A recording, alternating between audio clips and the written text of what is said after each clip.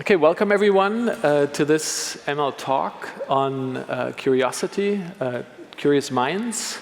My name is Philipp Schmidt. I head up the learning initiative here at the Media Lab, and we try to understand how the Media Lab as a social system for learning works and how we could design experiences for other people to participate in similar learning experiences. And so curiosity is very near and dear to our hearts, and we think is really part of the DNA of the Media Lab. And I'm extremely excited about the two speakers we have here today.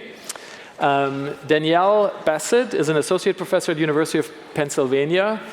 She's clearly very curious about many different things because she has formal affiliations with at least 4 departments: bioengineering, physics and astronomy, electrical and systems engineering, and neurology. And I think that says a lot about her work also. In her group, she studies biological, physical, and social systems, and uses and develops tools from network science and complex systems theory to better understand these systems.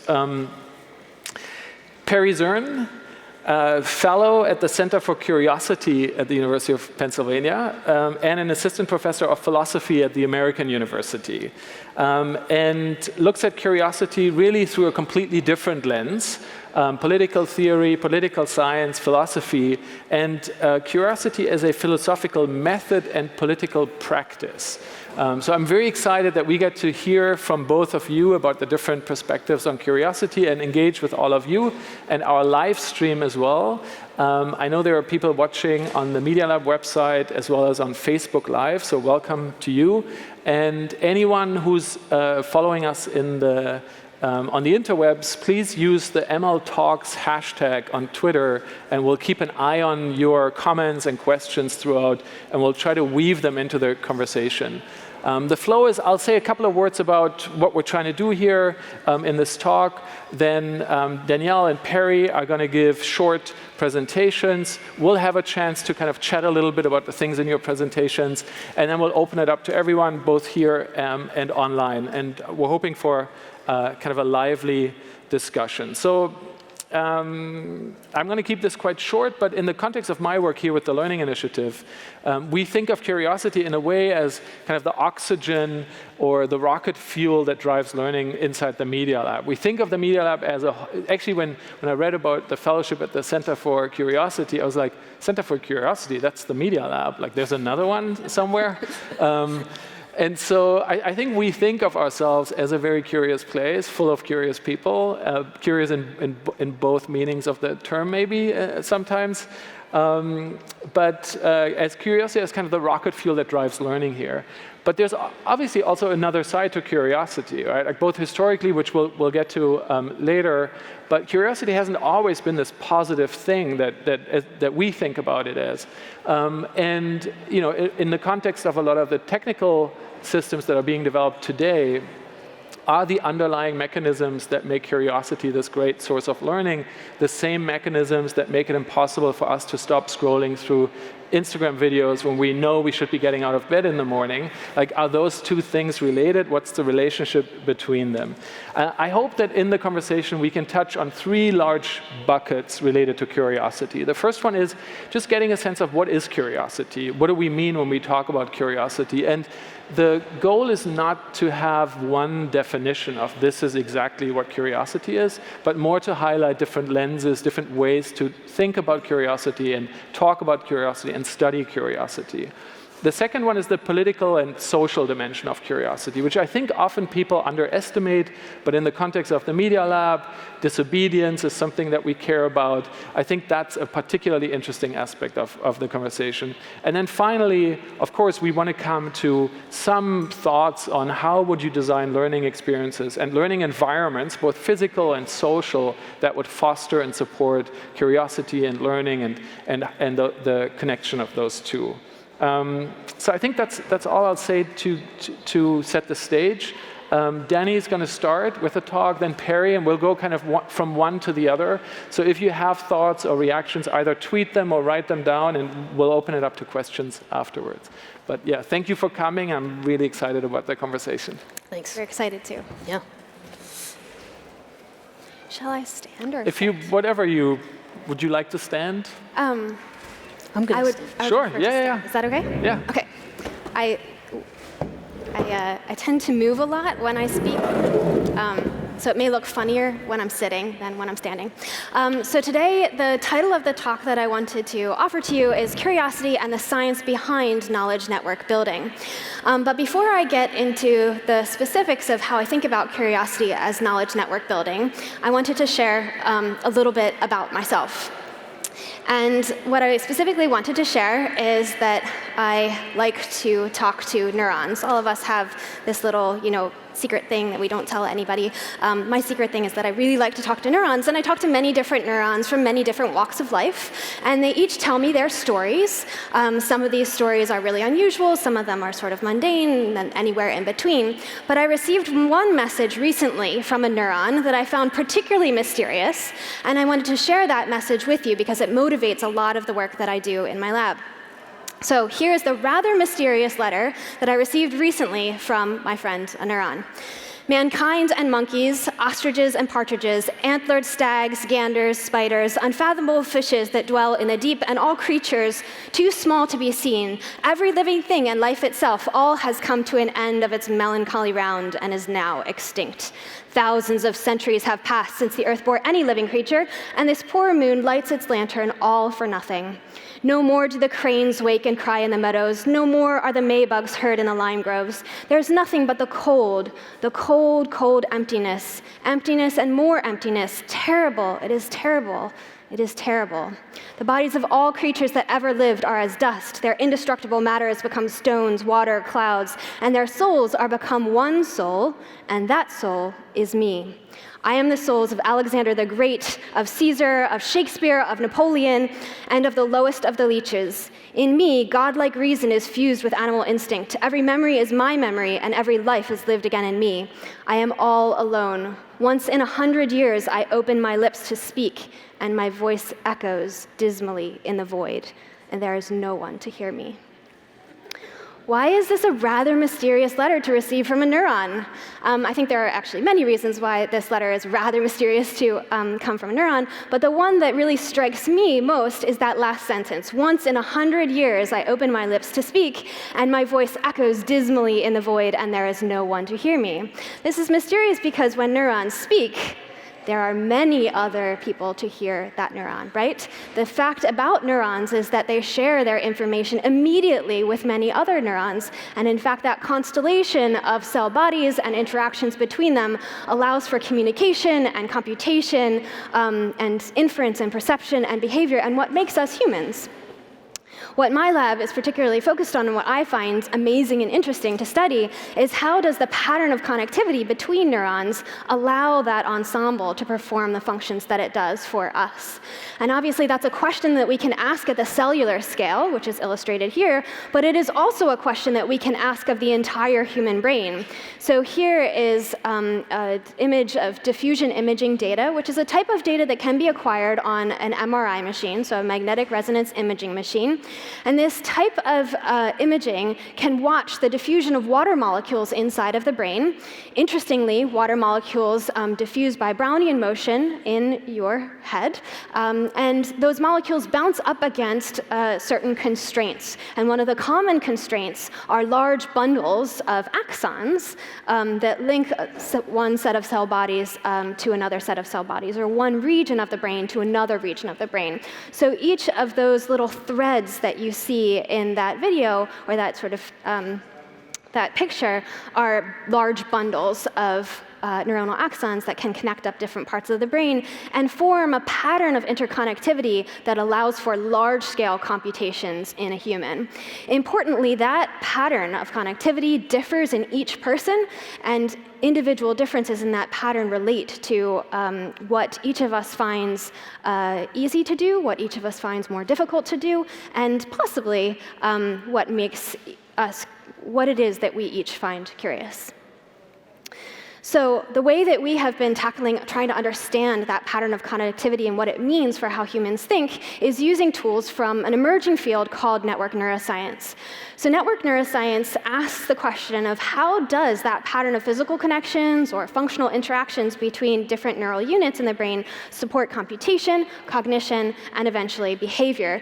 We use a set of mathematical tools and actually a sort of a very fundamental language that has come from statistical mechanics in physics, from graph theory in mathematics, from computer science and engineering that together allows us to quantify patterns of connectivity or patterns of interactions, the architecture, the potential functions that they provide, and the dynamics that can occur on top of them. And so this work is very interdisciplinary. It pulls from many different areas of science to try to say, what is it about that pattern that allows the functions that we observe, either at the small scale between cells or at the large scale between different areas of the brain? So here is a picture of the network inside of your brain. This is from one example individual.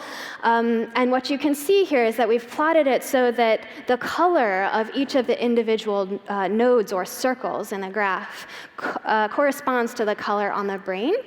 So when you see red in the graph, you also see red on the brain, and that's because those regions are present in that portion of the brain.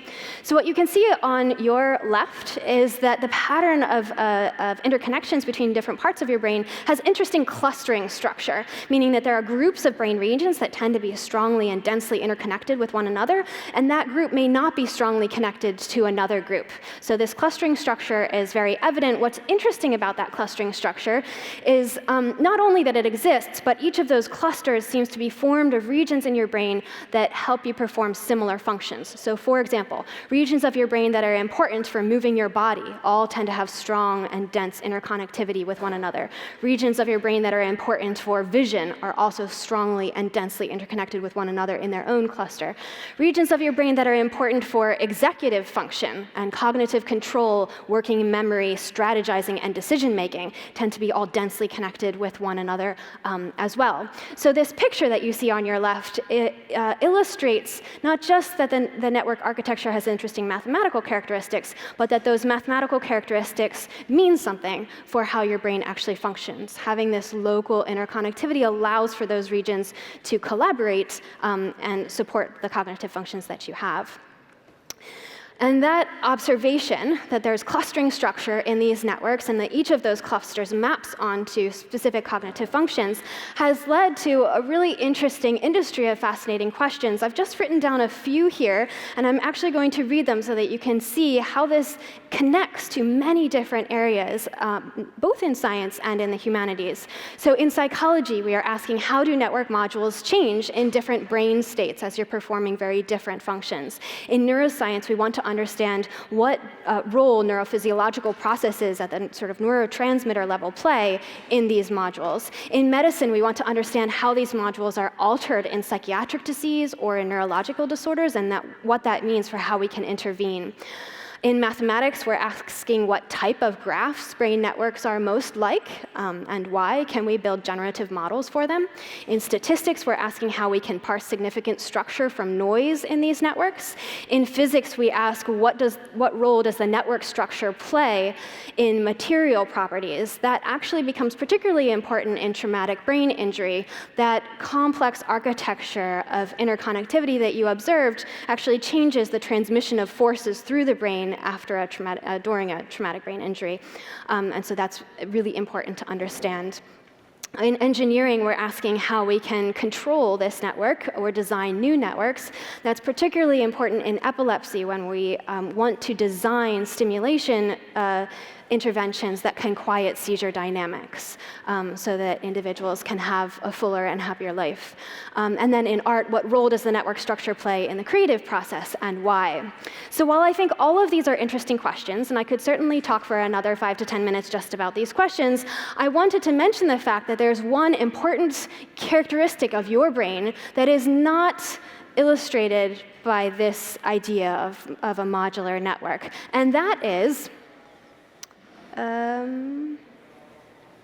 the fact that the system is has a level of changeability that is important for how you can actually respond to external cues.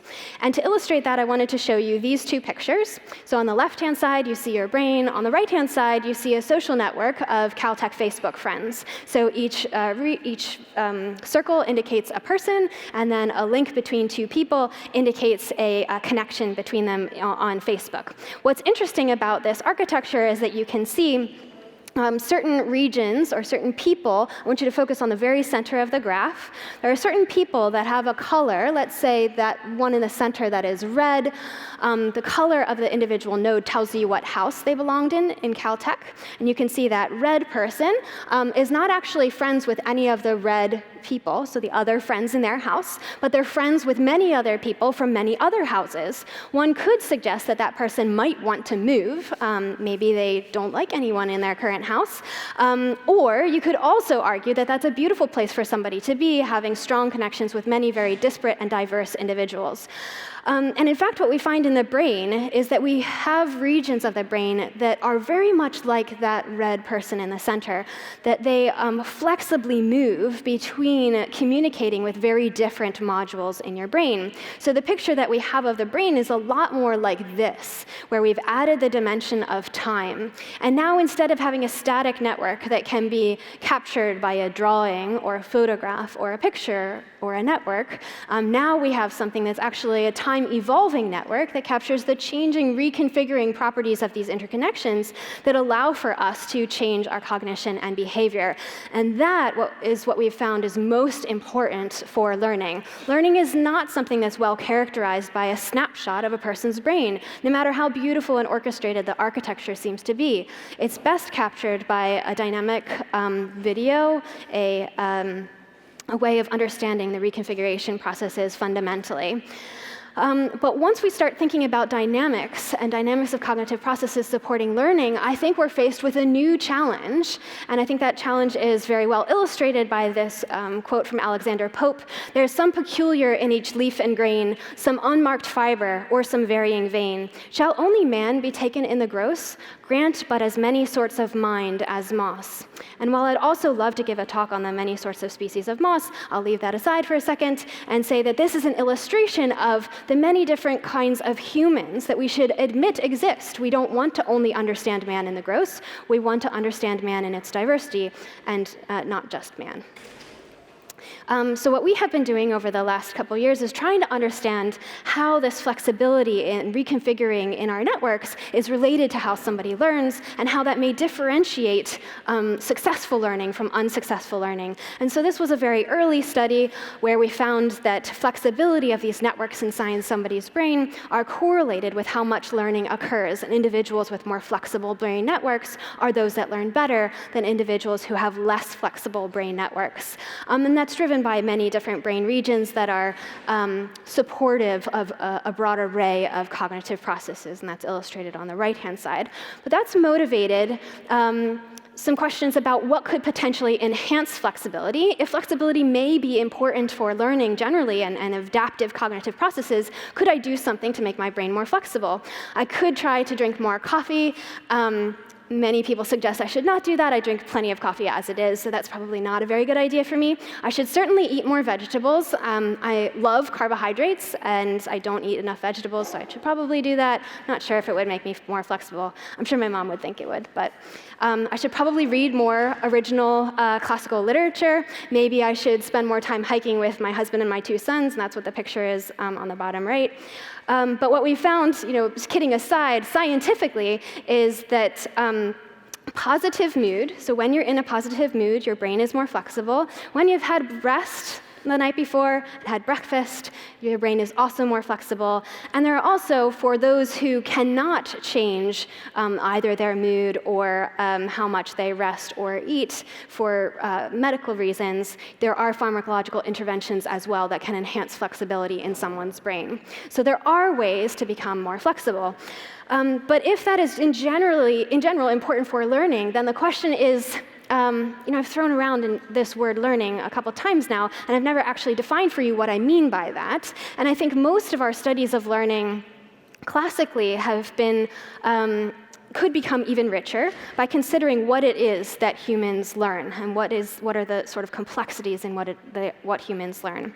When I think about human learning, and whether that's learning something that is instantiated in a book or in a research paper that I write for my lab, or in a conversation, like the conversation that we're going to have in a few minutes, or a lecture in a classroom situation or others, what I think of is that each of those methods of transmission are trying to present a network of ideas. It's not a single idea that's being transmitted. It's also not a bucket of ideas that I'm offering to you. It is a connected pieces of information that I am presenting, or connected pieces of concepts.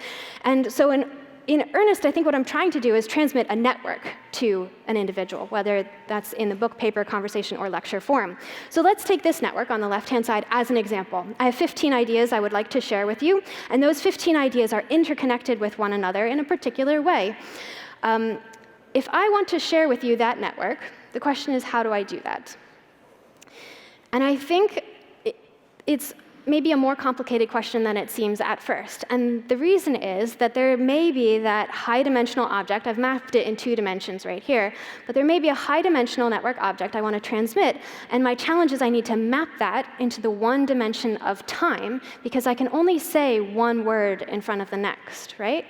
So my constraint is that I can only have one word in front of the next, have one sound in front of the next. I'm constrained to take a high-dimensional object, map it into one-dimensional space in such a way that the person on the other side can optimally reconstruct the high-dimensional object that I am trying to transmit. So you can sort of think this as a problem of network mapping, high-dimensional into one-dimensional, so that the reconstruction into the high-dimensional space is easy for the person. Interesting questions are, what is an optimal map?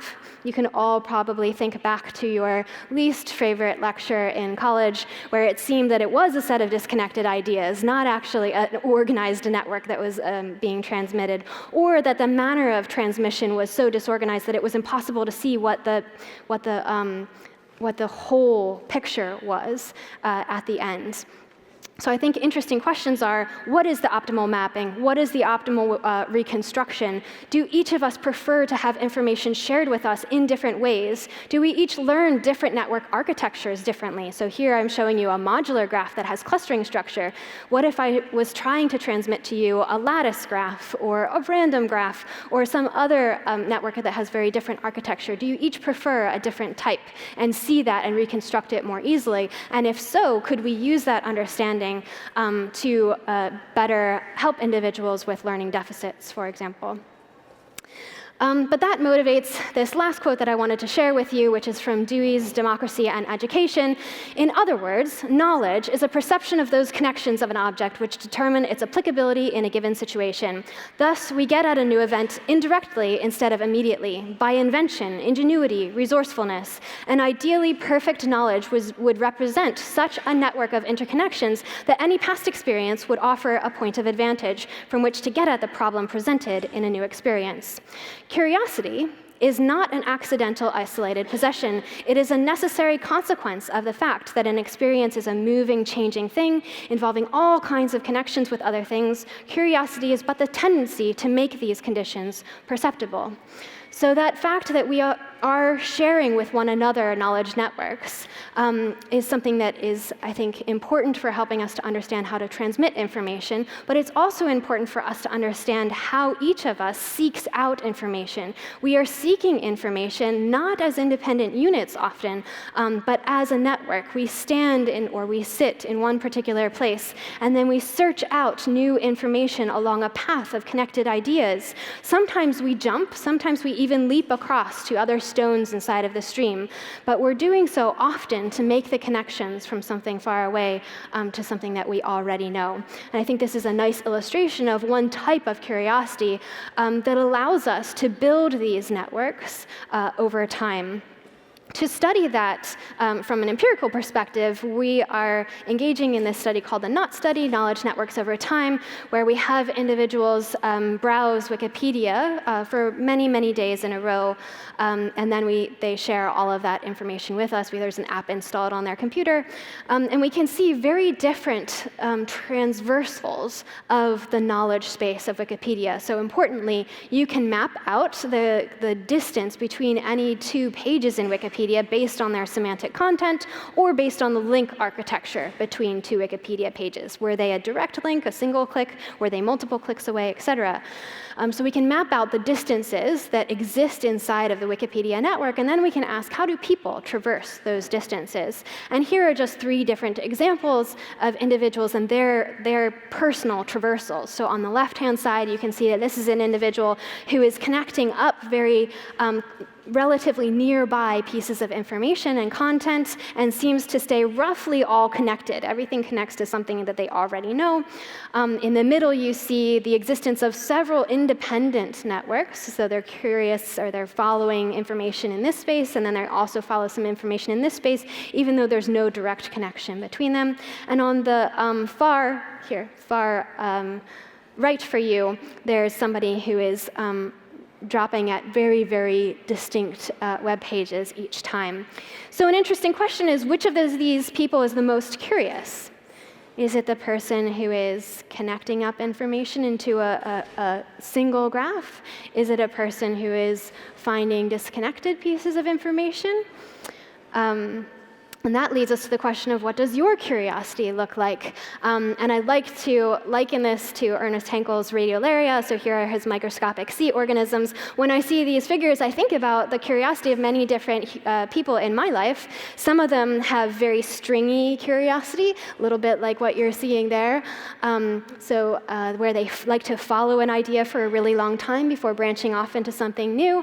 Others build a very dense web of knowledge around one space, and so they're a little bit more like what you see here on your left-hand side, and then others do a little bit of both. And so what they end up with is a knowledge space that looks a lot more like what you see in the center. So there's density, but there are also loops inside of their knowledge, spaces that they haven't filled in, maybe care not to fill in, maybe will fill in eventually, maybe not. And with that, here are my last open questions, and then I'll kick it off to Perry. So what is the network architecture of curious thought? What are the networks that are built up over time? And then is there a map, and what is that map between curious thought networks and these flexible brain networks that are important for learning? And that's the direction that our lab is going right now, and I'd be very happy to take questions about that after Perry's talk. So thank you. Great, thank you.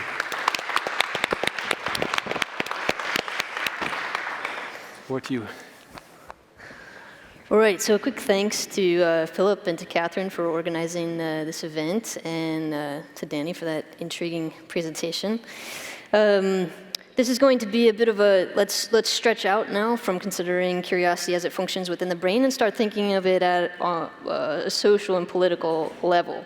I'm here to convince you that curiosity is political. It's a big task. Why political? I like to define curiosity at this point as an ensemble of investigative practices. By that I mean to emphasize that curiosity is not one thing, it's not one desire, it's not one practice, it can't be defined in one way, but that there's an ensemble or a collection or a series of ways in which curiosity functions. And the more specific we get about those functions, I think the better we'll understand curiosity. Those practices are, I think, propelled by knowledge desires to know.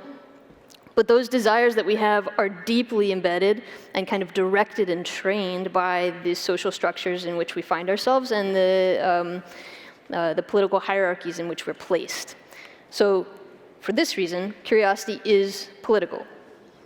Who is curious, when, and especially how, and in what contexts, reflects, I think, the differential allocation of power in a society. Think about what kind of questions are normalized and which ones are pathologized, what questions are legitimated and which ones are delegitimated, which ones are acknowledged or respected and which ones aren't. Right? These are the hierarchy of questions is produced by social and political commitments. We inherit those and live through those, which makes not only curiosity political, but curiosity capable of affecting the political or of changing the polis. So curiosity can, if we follow those sort of normalized questions, those traditional questions, we can maintain the status quo. And if we start tracking some of those more delegitimated questions, perhaps we can transform, or those disobedient questions, perhaps we can transform society. Curiosity isn't just political today, it's always been political. Interestingly, in the ancient Greek and Roman times, curiosity was first attributed to politicians and to empires. Politicians because they're interested in helping to guide everybody else's life, and empires because they're interested, again, in helping to guide other nations and lands. So there's some kind of interest in other people's business and directing or leading that. So that's kind of the earliest sense of curiosity. This is why it was first applied. The term curiosity was first applied to anthropologists and geographers, their interest in people and in land, and then more generally to scholars after that. In the medieval period, curiosity became, thanks to kind of Christian theology and the reign of the Roman Catholic Church, curiosity was a religious vice. So it really took a hit in the Middle Ages. It was not good to be curious.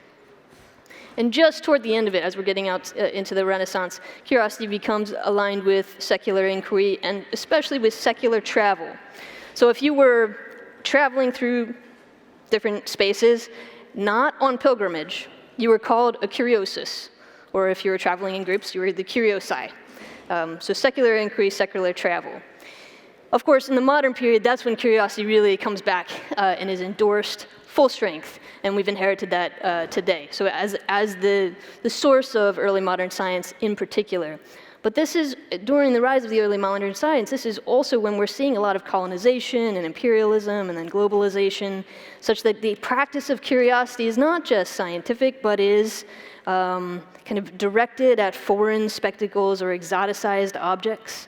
So it's always, throughout each of these steps, you'll notice it's about, curiosity is about inquiry, yes, but it's always inquiry within a given political structure and political commitments, and I think political effects or implications. When I think about curiosity as an ensemble of investigative practices, part of me wants to, again, get specific about what those practices are and what are some of the models of those practices, or how can we model and represent those curious practices. And this is, again, my attempt to get away from a singular definition and more into a praxeological or a functional account of curiosity. So I thought, what I'll do is I'll track this word curiosity across Western philosophy, the canon of Western philosophy, and see what kind of figures or what kind of characters keep popping up as, oh, this is a curious person because of their behavior in this way. So I tracked specifically the Greek words, polypragmosine and periergia, which are then translated into Latin as curiositas. So they're the sort of first curious words, and then curiositas, and then the French curiosité. The German, especially Neugier, this is a desire for the new, or a greed for the new. Wissbegier, Curiositat, and then of course English curiosity. So track all of the uses of these words, and then say, again, what are the characters that keep popping up? These were the three, at least on first pass, or 30th pass, or 300th pass through the history of Western philosophy. These are the ones that really pop up. The busybody. The busybody is someone who loves to be at the center of town, hearing everybody's news, just wants to collect a lot of disparate pieces of information, is sometimes up in everybody's business, right? That's a kind of curiosity that keeps popping up across the history of philosophy and political theory. The second figure, very different, the hunter. And again, this is the language that's used in the text. Plutarch was the one who really focuses on the busybody as this person in the center of town. He says, though, we should get rid of this busybody-like curiosity, this I want to be interested in a lot of things, interdisciplinary things perhaps. Focus, he says, become a hunter, choose to be a scholar. You can be an astronomer, he says, you can be a botanist, you can be a historian, but choose something, focus, get serious. Nietzsche, later in the 1800s, a German philosopher, he'll say, I want to round up the hounds and the hunters, and I want to dive into the history of the human soul, he says, so I can get to know why it is that we are the way we are and perhaps how we can change it. So hunt, right? This is a different kind of thing. It's very focused. It's not everywhere. But then the dancer, this is the third one. It's a little bit less common, but I think, there's a different, what I call kinesthetic signature to each of these figures. The dancer, Nietzsche, again, he will say, and I don't have a book, I usually have a book for this, but the first thing he asks of a book is, can you walk, can you dance? And he won't read it if it can't dance? We've all read those books that can't dance, right? But he says these sorts of books are marked by leaps of imagination. This is creativity, this is artistry, this is a dancer-like curiosity. So I narrow these down to what are really the practices here, the curious practices. The busybody collects information, the hunter tracks down a specific answer to a question, and then the dancer is busy imagining. And each of these, again, is a thread or a function of curiosity. So we can do this, we can start to understand these a little bit better, I think, through a network neuroscience perspective, and this is one of the things that we've been working on together, but we can also start to understand it from a social and political valence. So the busybody, again, is one who collects discrete bits of information and therefore creates loose knowledge networks. So there are several loose knowledge networks that you showed earlier, where there's gaps, right, in what is known. This is also going to be at the political level an act of social collection, collecting information. The hunter is going to create targeted connections, is going to build that one piece of information on the next piece of information on the next piece of information. It's that PhD thesis sort of process. And therefore, tight knowledge networks, or at least that's what your advisor wants, right? And this might be a sort of a form of social investigation at the political level. So not collection, but investigation. One inquiry down one pathway. And then the dancer. The dancer is going to be marked, especially in ideational space, as with discontinuous concepts. Going to have some over here, and some over here, and some over there. And therefore, will be constantly remodeling knowledge networks. We'll be changing the significance of each of the nodes in the network, I think. And we see this, again, at the political level as social imagination. How does this look, what does this look like on the ground? I think we have a sense of what it might look like in the brain, based on your previous presentation, but what does that look like on the ground politically? So one of the other projects I'm engaged in is trying to understand curiosity's role in political resistance. So I first started with just tracking down a few political philosophers and what they said about curiosity and political resistance. So I used Friedrich Nietzsche. You're noticing he's one of my favorites. Michel Foucault and Jacques Derrida. And each of these folks, when they're talking about political upheavals, they say, or they indicate over and over again that it's not that curiosity is always on the side of political resistance, but that rather political upheaval is marked by a clash of curiosities. There's an institutionalized curiosity, there's a status quo curiosity where you ask those normal questions, those kind of accepted or inherited questions, and then there's a resistant curiosity that upends all of that, right? So again, institutionalized curiosity entrenches social structures, keeps them, maintains them, whereas resistant curiosity does transform social structures. So this is what the theorists say, but what does it look like in an actual political movement? I've done this, an analysis of a number of political movements, in Black Lives Matter, for instance, a lot of prison revolts, because some of my research focuses on prisons. But I want to just focus on something that's perhaps more easily connected to or familiar, which is the civil rights movement. When you look at the civil rights movement, you can track a difference between, or a clash or a war between institutional curiosity and resistant curiosity. So at the level of the institution, the media outlets were covering many things, right? Many questions were being asked to develop news, to follow out journalistic investigations, but not segregation in the way that it needed to be, right? National policy was addressing many, many problems, but not race in the way that it needed to. So there were questions of problems and solutions, right? But not the kinds of questions that needed to be asked. And the US future was being imagined, but primarily by white elites and for white elites. So resistant curiosity in the civil rights movement counters each of these, point by point. First, it began with fact gathering. I don't know if any of you are familiar with the We Charge Genocide book published in 1951, but it is a damning collection of facts of the beatings and the lynchings and the burning and bombing of African-American homes and churches, of the segregation rates in schools and in housing and in jobs.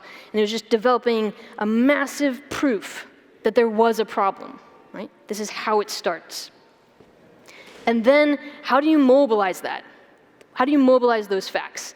You problematize race through nonviolent protest. So a fellow named Leroy Pelton, he argues in his book Nonviolent Protests that the point of protest, or the power of protest, is that it draws and energizes public curiosity around an issue, such that you see something as a problem that you didn't see before. And then the practice of political imagination. This is MLK's I Have a Dream, right? How do we imagine a new world, a world that is not the one represented by the facts that have been gathered? How do we do something different? Each of these is a kind of curiosity, and if you think back to the busybody, which collects information, the hunter who focuses in on a problem, and the dancer who imagines something new, here we see all three of those mobilized, but on the ground for the sake of transforming how we live with one another. So where is this going for me today? I'm very interested in inserting or centralizing the language of curiosity in diversity work in higher ed. Why? Why does curiosity need to be in the talk of diversity work? First of all, because I think this is the easiest way to answer that question. If diversity work is simply adding different bodies, and for many people, this is the basic thing. Just add some different bodies to this mix. Well, different people will ask different questions, and a diverse body of people is more likely to ask new questions or to innovate. This means that the value of diversity is precisely in creating a robust social foundation for curiosity. Right? Diversity will produce more curiosity based on much growing literature in the diversity field and beyond. But I find this particular framework to be dissatisfying. This additive model just adds some new bodies for a number of different reasons.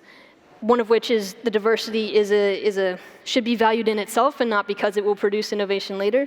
Yeah. But also because I think it misses a genealogical question. How did we get here? How did we get to a non-diverse higher educational system? And I think it's when we analyze how we got here that we'll be better equipped to change the future of higher ed. But also the phenomenological question, which is, what is it like to be a diverse person in academia? I know a lot of people who've got this question. I'm not even sure that diverse person is a meaningful phrase. Right? But what is it like to be seen as the person who adds diversity to the mix? I think diversity work has to address these two questions at least.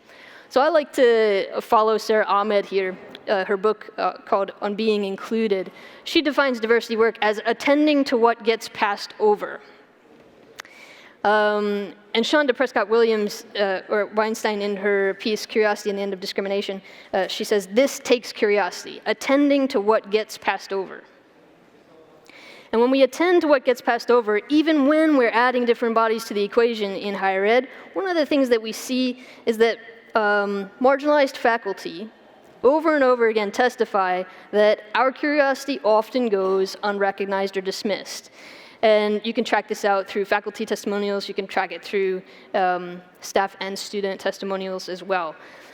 Some of the examples of this, Alison Kafer in her book, Feminist Queer Crip, when she was a graduate student, she said she proposed to write a paper on disability studies, which at that time was not a thing in the way that it is today. And her professor said, no, that's a self-help project. You can pursue therapy. That's not an actual intellectual interest of yours. So her own personal curiosity as a disabled person was suppressed as just personal interest and not academic curiosity. Robin Wall Kimmerer, in her book, Braiding Sweetgrass, she's a member of the Potawatomi Nation, and she says, as a graduate student, she was taken with the co-appearance of goldenrods and asters, and this blue, or this yellow and this purple, right, coinciding in the field. And she says she wanted to know why these two grow together, goldenrods and asters, and also why are they so beautiful to the human eye. And she said she came with this sort of passion to her professor, and her professor says, I really think that you should leave your PhD in botany and you should go be a poet. So there was a dismissal of her curiosity, which she only later kind of embraced as an indigenous curiosity that brings together the plant and the human together. A few others, so in Eric Pitcher's book called Being and Becoming Professionally Other, a fellow called Aaron, he says he does a lot of work on trans people in higher ed, and he consistently gets asked, why are you doing that? As if to ask, are you trans, and therefore is this project a personal project, a pet project, and not a truly academic project. So again, a way of dismissing. And then finally, in Presumed Incompetent, this book on the intersections of race and class for women in academia, Angela Wiley there says, or Willig, I think, says specifically that often female black professors will hide their questions behind the language or the words or the frameworks of other people who've been assigned in the class, because they know that their questions will be given more weight by students if they're not taken on their own merit, but kind of through the voice of somebody else who's more normalized in the profession. Part of the work here is to be able to recognize curiosity in the many places in which it appears, right? If we're going to diversify higher ed and we've got all these new voices, but their curiosity is dismissed or lost, we've lost the game. We need to be able to recognize not just different modes of curiosity, but curiosity coming from different bodies, voices, people. So in conclusion, curiosity is, for me, always embedded in, and therefore, though, capable of disrupting social practices and political structures. That leaves us responsible for understanding how we've inherited the questions that we have and how we can change the questions that are asked. Thanks.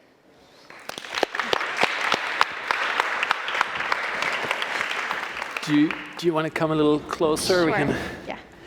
It's a little more intimate. So first of all, thank you so much for your presentations and your thoughts on this topic. And I feel like for a curious mind, these were the perfect presentations because there were so many different ideas floating that one would want to learn more about and kind of go deeper, but then also jump to the next one. So I thought this was brilliant. And I'll start with a total kind of softball question. It's like, how did you get curious about curiosity? Maybe not a softball question. Do you want to go? Go ahead. Okay. I think you convinced me. You can also answer for each other. If you... Yeah, no, I think I became interested in curiosity definitely because we started talking about it, but also more just generally, I was interested in the fact that often what is supported by the current organizational structure in academia tends to, while lauding curiosity, also pressure individuals to sort of focus in on specific ideas. And so I think that that was pointed out to me early, that I didn't quite fit in the box of focusing. And so I think then I sort of questioned, oh, was that really bad? Yeah. I believe I first got interested. I mean, this is one of those things where you can map your current interest back through till you're tiny, right? Your whole life. But I think to be fair, specifically the concept of curiosity, I got excited about it when I was reading St. Augustine, his Confessions, while I was in college. It was assigned in at least 3 different classes. And what I found was that, well, first of all, he's torn up about how he can't get rid of his own curiosity, and he thinks that his curiosity draws him away from God, and he keeps begging God, please, please take away my curiosity. And I just thought, God, please never take my curiosity. And so it was that kind of, no, there's got to be something more here. This is special. Great. So I think I want to start kind of historically. And you talked about these 3 modes of or patterns of curiosity.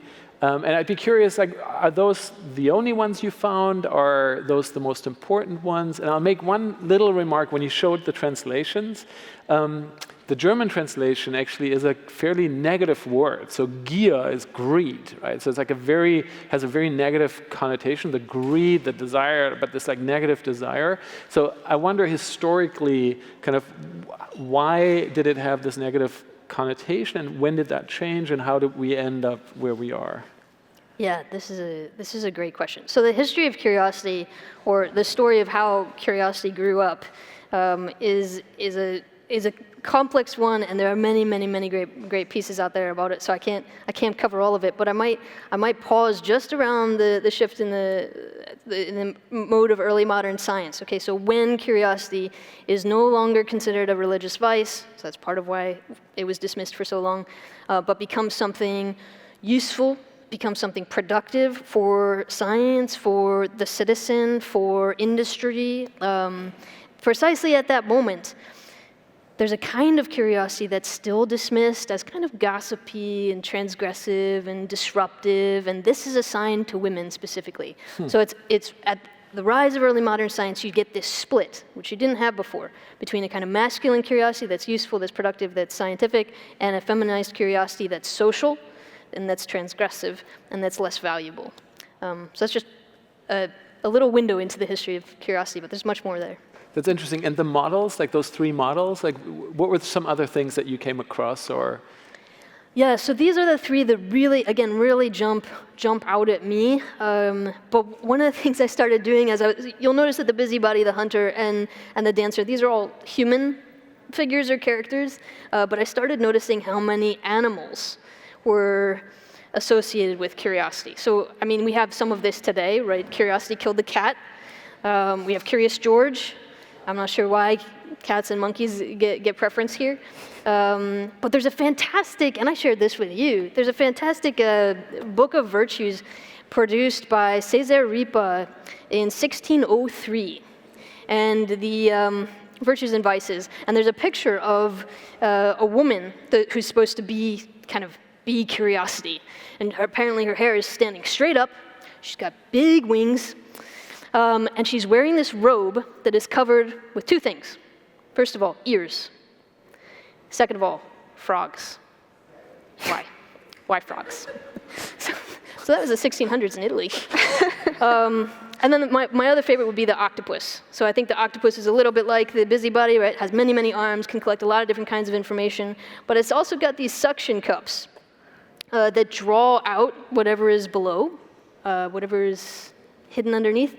And so I've been trying to think about curiosity, not just the side of it in this two-dimensional space, and I wonder what you think about this, not just as a two-dimensional network, but what is the kind of curiosity that tries to bring up maybe first principles in science, or presuppositions in philosophy, or biases in political thought. What is this curiosity that brings things up? I'm not sure the busybody, the hunter, or the dancer do any of those things, but I don't know what you think. Yeah, I mean, absolutely. Even in the networks that I showed here were all two-dimensional representations of networks, but I think that knowledge itself, so what we are curious about, is a much higher dimensional network object, and one that really, to be optimally embedded, to really show the correct distances between ideas, would have to have many dimensions for embedding. And so the more dimensions that you have, obviously, for a network embedding, the more different types of walks through that space you could take. And so I sort of think about curiosity as are there different sorts of walks that you can take through a network that are more or less characteristic of how we humans walk through ideas? I mean, in mathematics, a very simple walk on a network is called a random walk, and that is where you just, when you are at an existing node and there are a certain number of connections coming out of it, you have an equal probability of following along any connection that comes from that node, and that's a random walk. There are many other kinds of walks that one can take on networks.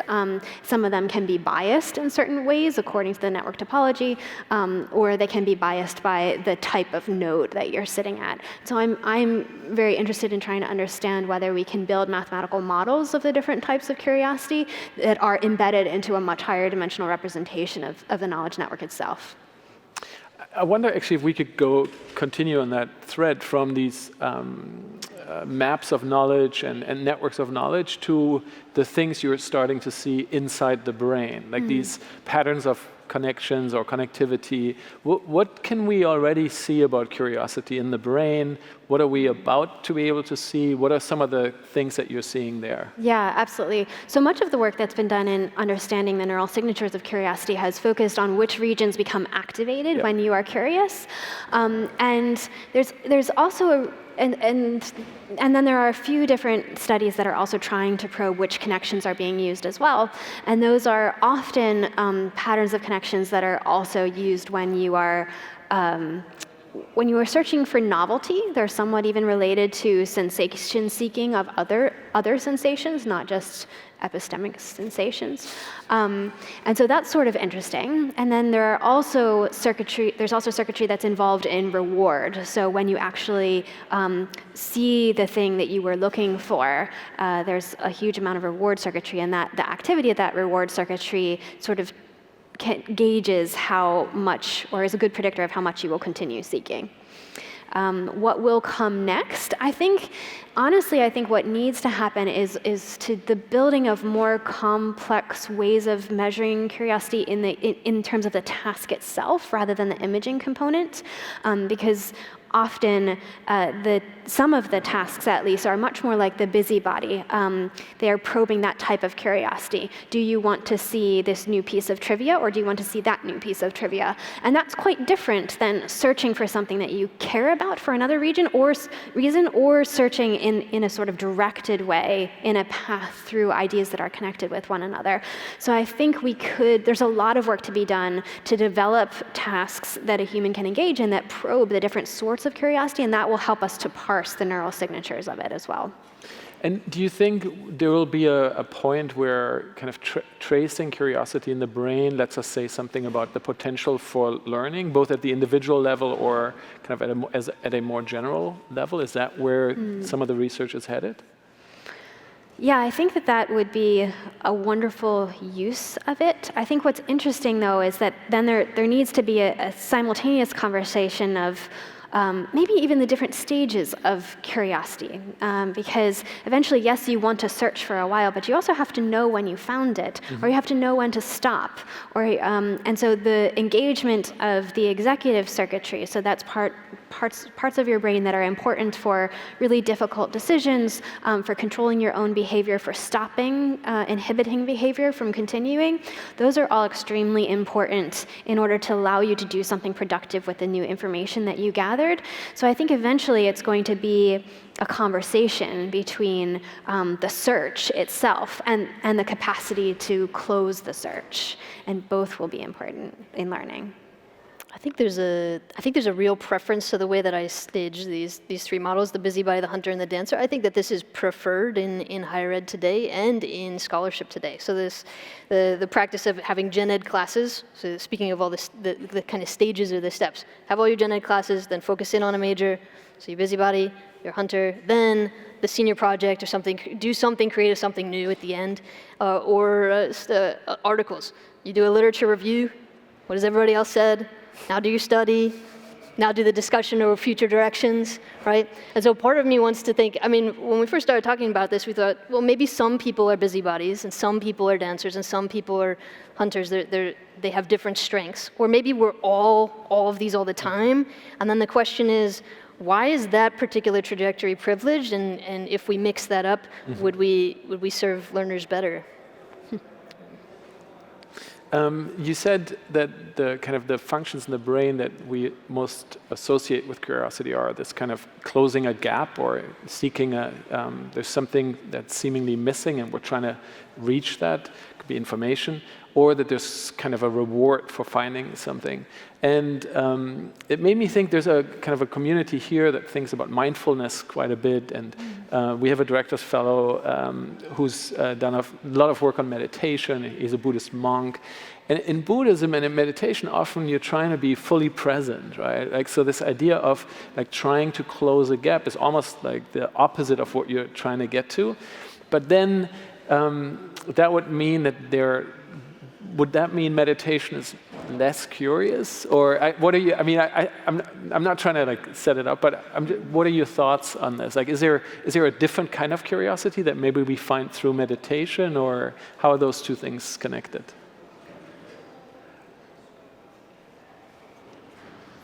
I think curiosity is often associated with talking or receiving information or gaining information, and not silence. But there's a kind of curiosity that one can practice in silence, I think, and this is more an attentive, a practice of attention. And mindfulness is a series of attention practices or practices of attending to the present. So I think it shifts how. I think it's a different level of curiosity that again is not privileged in standard educational structures, but is consistent with curiosity. Yeah. Yeah, I think the more common measure of curiosity is open questioning, vocal, actual making sounds. And clearly one can be curious without making any sounds. But then an interesting question for the empiricist is how can you develop methods to quantify that type of curiosity? And could you even quantify how curious someone is while they're meditating? I think neural signatures may be a way, but we'd first have to understand those signatures better. I'd like to shift a little bit into the political space because, as I told you, and maybe some of you don't know, the Media Lab kind of celebrates disobedience. Right? So we have a disobedience award that we started last year, where we gave away $250,000 to a project or a group of people that, in this case, the people who had kind of disclosed what was going on with the water in Flint, and who published essentially before their work had been peer-reviewed, and they kind of risked their academic reputation and received a lot of pushback. And we kind of want to celebrate these acts of disobedience. So I would say that we're a community that really thrives on creative disobedience. And so I wonder if you talked a little bit about the civil rights movement, but you also said that you're thinking about other, maybe more current movements. So I wonder if you could talk a little bit more about kind of how you see political disobedience today related to curiosity and how places like the Media Lab might play a role in that. Yeah, so I think the first thing that I would underscore is just that curiosity isn't essentially disobedient. And this was a real shift for my research, was to think about the questions that are institutionalized and the ways that questions are institutionalized, or the ways that disobedient questions can become co-opted or normalized or put into a bureaucratic structure.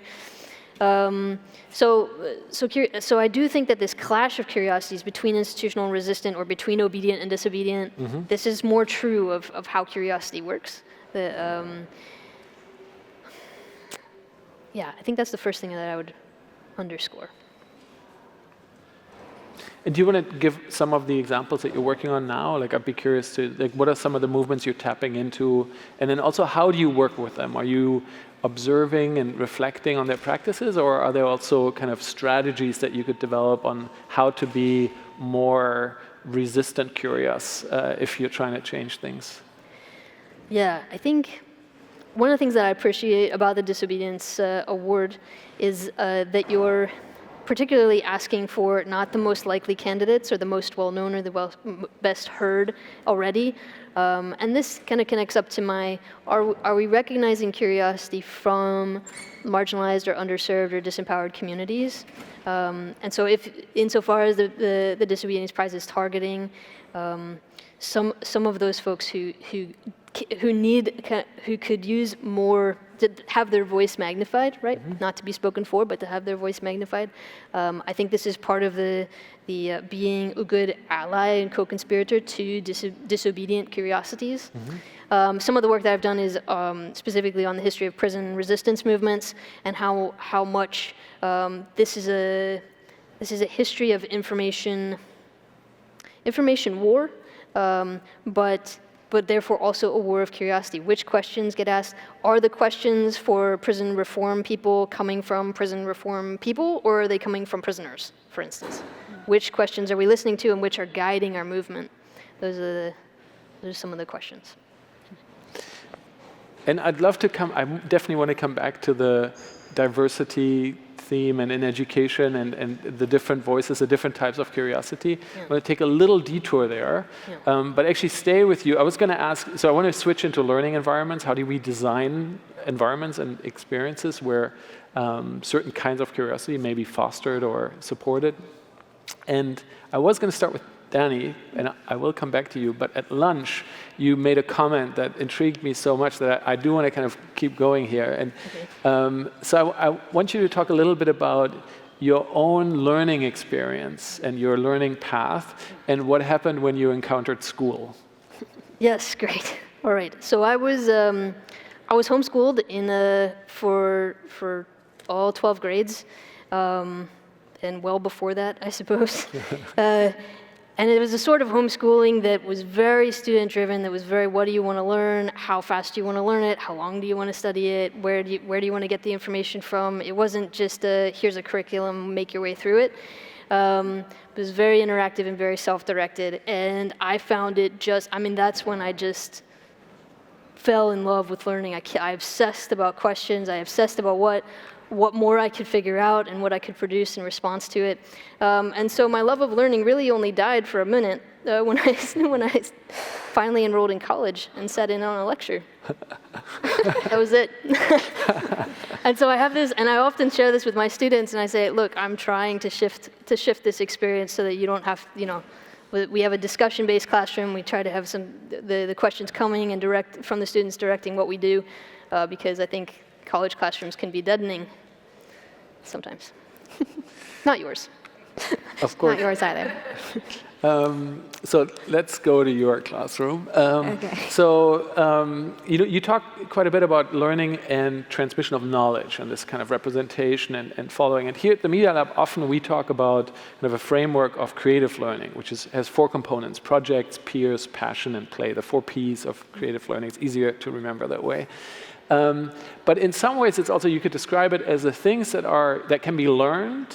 The things we care about can be learned, but they're maybe not, you can't teach them, or it's very difficult to teach them. You can model them, you can give examples.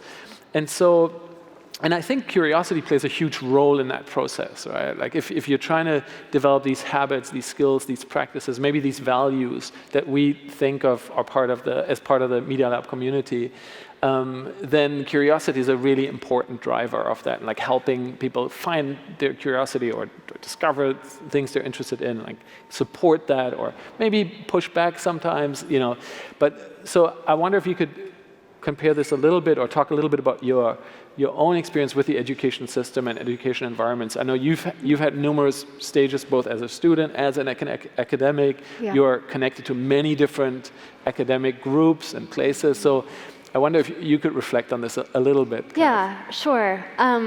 So certainly, I think, let's see, how do you create spaces that are useful, or what are some of the experiences that demonstrated the sorts of spaces that people think are useful?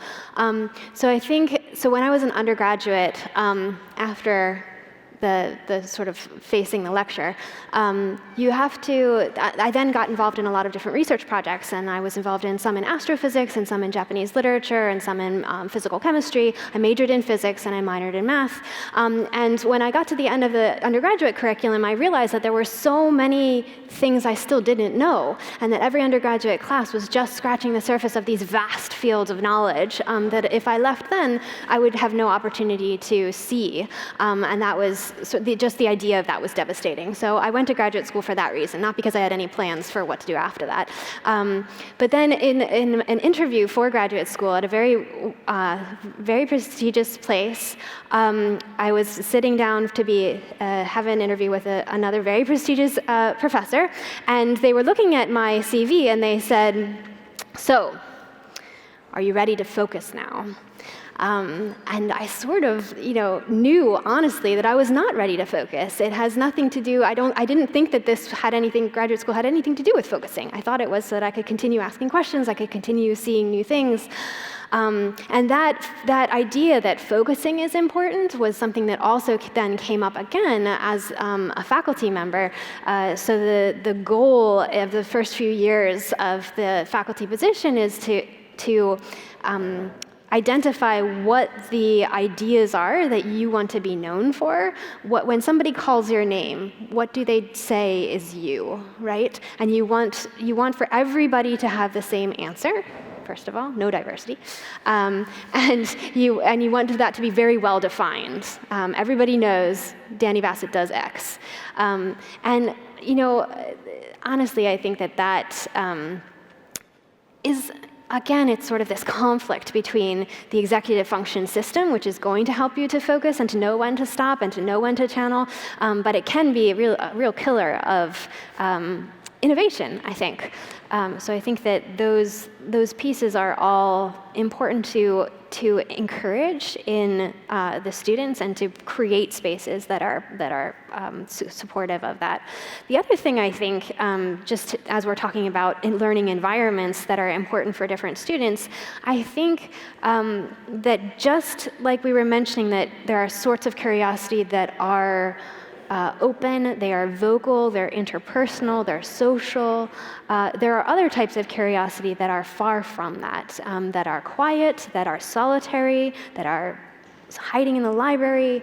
There are, and I think that there need to be spaces and places for both of those sorts of people, or for anyone in between, or for at all stages of their lives. And I think that that's something that sometimes we can forget when we encourage curiosity. I think often we're thinking of the kind that has broad kinesthetics, not zero kinesthetics, which is also curious, or can be, right? Yeah, and I would say the Media Lab is a place that tries to encourage kind of open curiosity and wandering, but as we discovered at lunch, if you look at the building, right, like all the walls are glass, it's very open, people are sharing spaces. Even if you're in an office, the walls of your office are glass, so there's constantly something going on. Maybe we're not the best place to support this more solitary, focused curiosity. We're more the wild and loud and messy and place. I wonder if maybe that's something for us to think about as we design this space and we constantly changing this space. Like maybe we need more little pods or places for this kind of more reflective, quiet. And it's beyond noise canceling headphones, I think. I want to ask one more question, but then afterwards I'll hand it over to the audience. So if you have questions, start thinking about your questions, or maybe we'll see what's on Facebook and Twitter. And the last question I want to ask is, I know, Perry, in your work, you think about how you could use different ways of designing for curiosity to create new pathways for underrepresented students in learning. So I wonder, you talked a little bit about this in your presentation, but I wonder if you could maybe elaborate a little more, because that's something that we, both as a community, we're grappling with that, right? Like we're not at 50% women yet. We're certainly not at the levels of minorities that we would like to be, both at student and faculty level. So thinking about curiosity in the context of these new pathways is something we're interested in. So I wonder if you have some thoughts on that.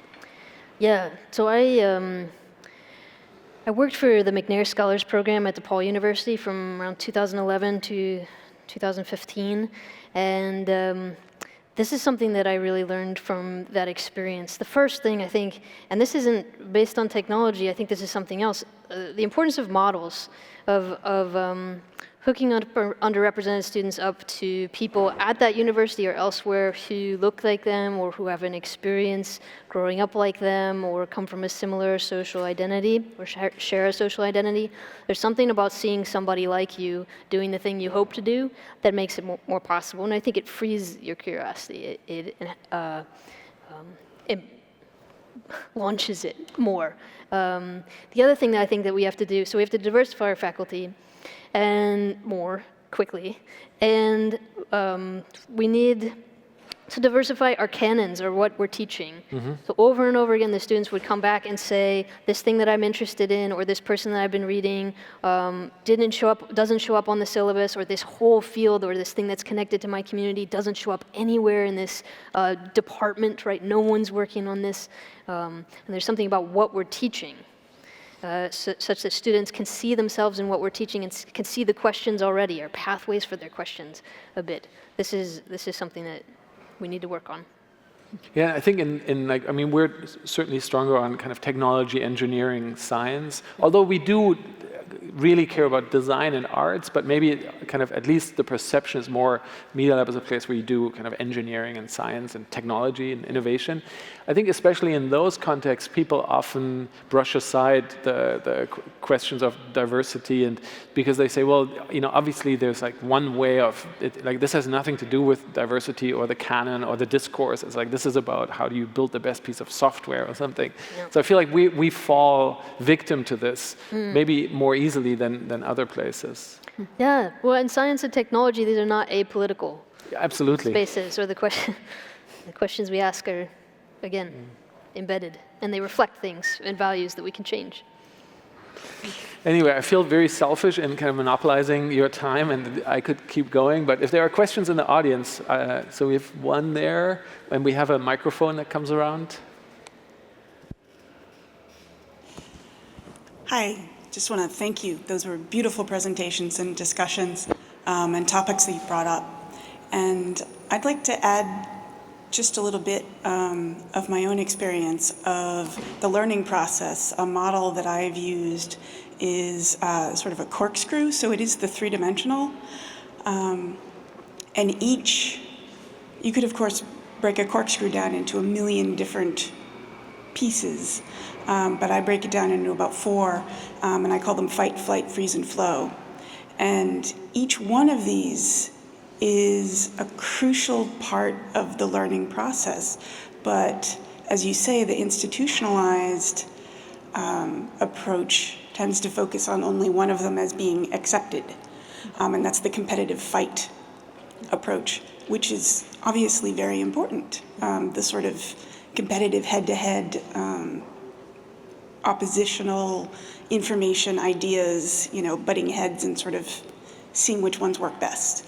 But then all of the others, the flight is the more failure-oriented curiosity about what didn't work, why didn't this work, and that's the experimental stages. And then the freeze is the more meditative stage of just being aware of what reality is right now. And then the flow is the more creative, sort of the stuff around here, which is just kind of crazy, just throwing all kinds of stuff out and seeing what happens. And each of those is so crucial. But yes, I believe that the institutional approach of the fight, the competitive part, is too focused on. And is there a question in there? Yes, okay. I would love to hear about ideas of how you think that we can actually get that, how you think that we can actually work with the institutions to get this, and how maybe you've done that yourself. Yeah, this actually came up a bit at lunch, and we talked about how kind of the space of curiosity, especially as an academic, is never pure.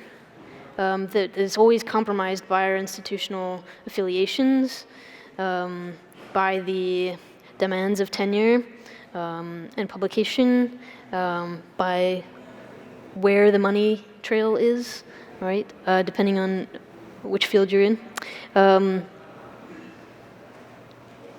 So I never try to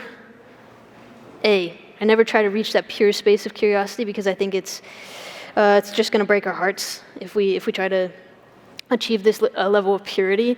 Rather, I want to tackle what is it like to live in a compromised position in which we are perpetuating systems of inequality through institutions and constraint on people's curiosity.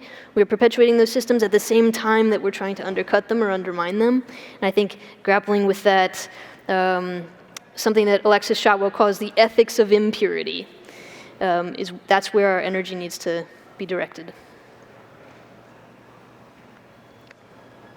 Yeah, and I think just commenting a bit on, that when we are curious, it's not necessarily to identify the new theory that's going to beat out the other theories. It is to create a new theory that's going to offer a complementary perspective that may eventually be more accurate, but that wasn't the reason why you developed it necessarily.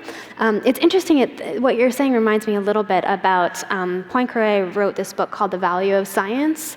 And he's a very well-known mathematician from a long time ago. But it was it's just a beautiful book of describing the current the social state of science at the time, and sort of a really interesting juxtaposition of mathematicians and physicists, and how he sort of talks about how they don't talk to each other, and they don't see each other's perspective, and they certainly don't use each other's ideas, because that would be terrible. And he writes this book saying, you know, what we really need is to combine these very different ways of thinking about problems, and actually at their intersection we are going to be able to make very different and extensive advances that we wouldn't before. And could everybody just stop being so silly? It's really beautiful. I mean, obviously he writes it much more beautifully than that, but it's definitely worth reading if you're sort of thinking about that sort of controversy of, are we doing this to fight each other, or are we doing it to create something new at the intersection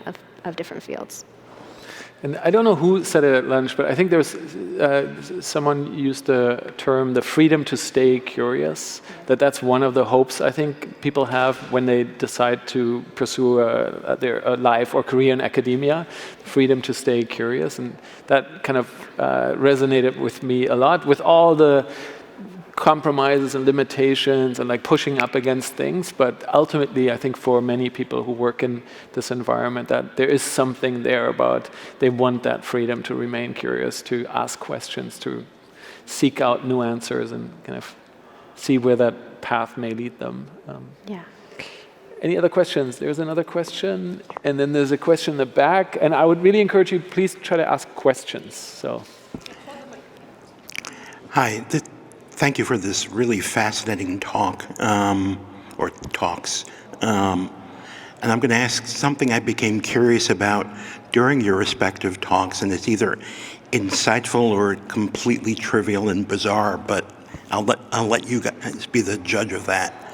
I found the notion of taking a network of knowledge and making it linear very powerful. And of course, you were both doing that as you talk, but you're also using slides behind you. So it wasn't quite linear. And I mean, I'm not even sure if you're aware of this, but you use slides differently.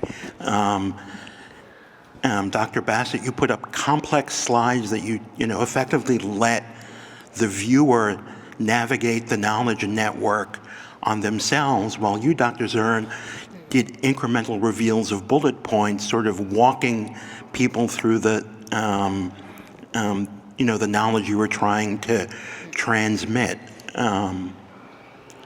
Were you aware of that? Does it reflect something you both think about in terms of transmitting knowledge? And does it mean anything, or is it just idiosyncratic reactions to presentation software? That's a really amazing set of questions.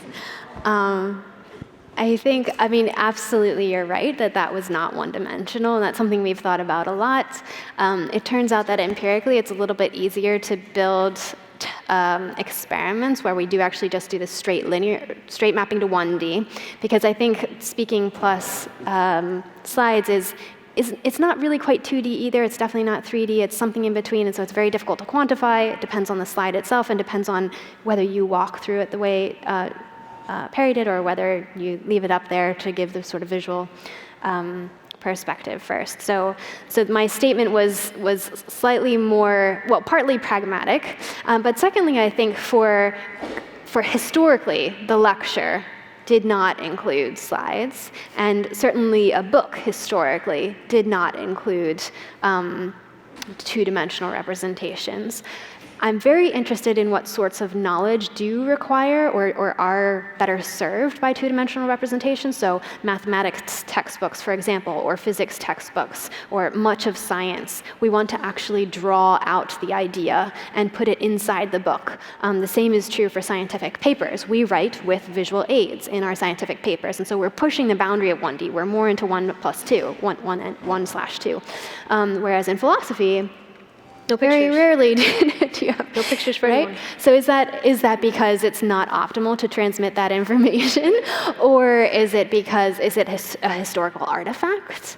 And I think that difference in discipline also is at least one explanation for the different ways in which we use slides when we give talks, because it's very reflective of even the way we would do our papers in our discipline as well. I was also thinking,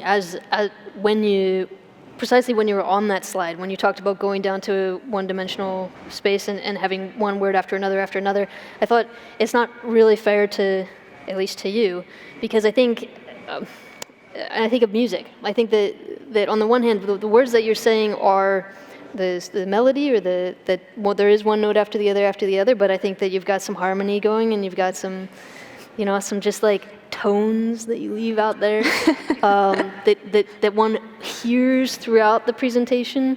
So I think there's levels of what you hear across the slides, what you hear kind of building in the slides, what you hear through the melody itself. In other words, it was beautiful. Oh, thank you. On that note. There's a question in the back there.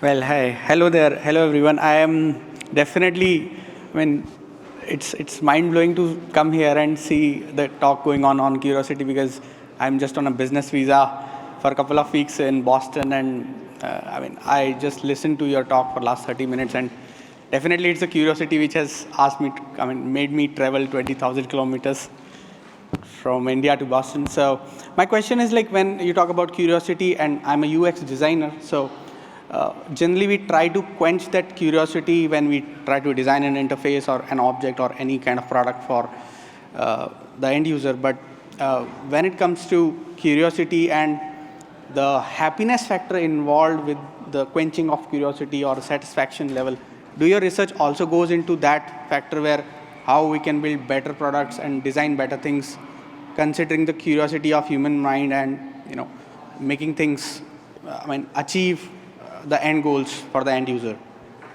Do you also consider that part when you do a research on the curiosity of human mind? So can we, just to clarify, can we use our understanding of curiosity to design better technologies? Exactly. That was the question. Yes, I think, certainly I think knowing your audience and the type of curiosity they may have is going to be extremely important. If you try to sell me a trivia game, I will not buy it because it's not the kind of curiosity I have, but certainly somebody else would have that type of curiosity. And so I think as we understand different sorts of curiosity, that helps us to better understand what the audience is for the specific technology you have in mind. Obviously, a game is not the kind of technology you're exactly thinking of, or a board game, but yes. I think, in essence, what we're trying to understand is how the mind works. It's very much in the flavor of cognitive science or a philosophy of mind. And so, yes, if we better understand the mind, we will better understand what the mind finds fascinating. I sometimes think of curiosity in the design aspect as curiosity is like a mechanism through which you can explore systems in a way. Like you can test things and see what the reaction is, and like as kids grow older, they explore different kinds of systems. But there's like curiosity in some ways a part of that, or could be a part of that exploration. We can certainly design technology or learning environments to allow more of that to happen or less of that to happen, like be more constrained. And so I think in our work on the learning side here at the lab, we certainly, these 4 Ps projects, PS, Passion, Play, we're certainly trying to design experiences and technologies that allow you to explore and work on things that you are passionate about. So I think there's certainly a connection. We have one question from Twitter that I want to make sure I throw in here. And it's from Ian Wojtowicz, and he asks, what can museums do to become places for more dynamic forms of curiosity? I'll add public libraries to that, since I care about public libraries. I care about public libraries. I hope Ian allows me to do that.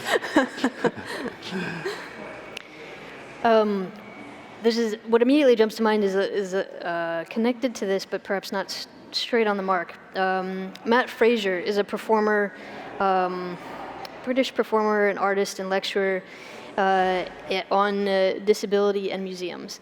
And he specifically says that the way that museums have structured the history of disability or disabled people has typically kind of accentuated the part of the body that is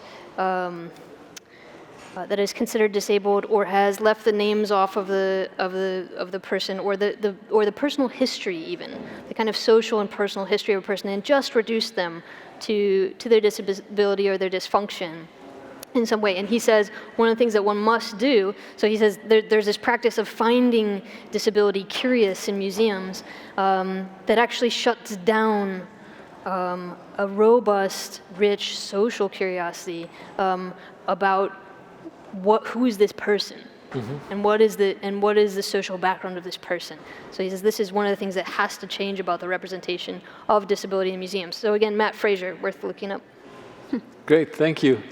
I want to do a quick shout out because Perry and Danny are actually working on a book titled Curious Minds with MIT Press. It's going to come out next year, 2019.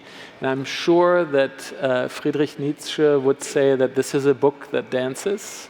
So I'm very much looking forward to that. And I want to thank you for coming to the home of the curious, the Media Lab, and really expanding the way that we think about curiosity here. So, please join me in thanking you.